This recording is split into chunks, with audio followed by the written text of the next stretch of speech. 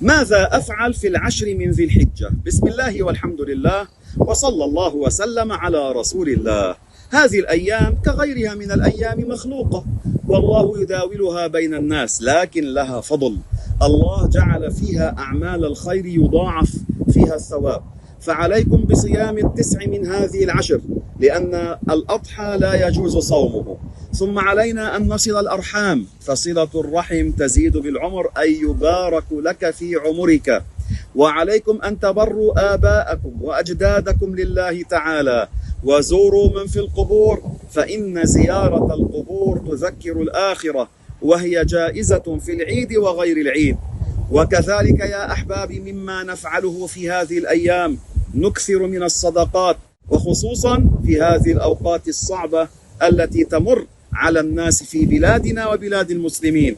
فأحسنوا للناس لله تعالى، وأطعموا الطعام، وأحسنوا للأيتام وللأرامل والمساكين والمطلقات والجيران والأهل والإخوة والأحبة.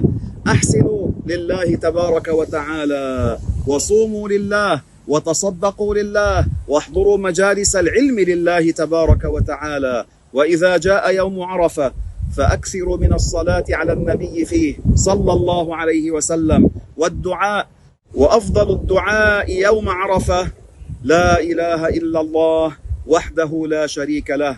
ويجوز أن نقرأ القرآن في أي وقت، وفي عرفة يتأكد هذا. وكذلك نصوم هذا اليوم، فإنه يكفر السنة الماضية والباقية.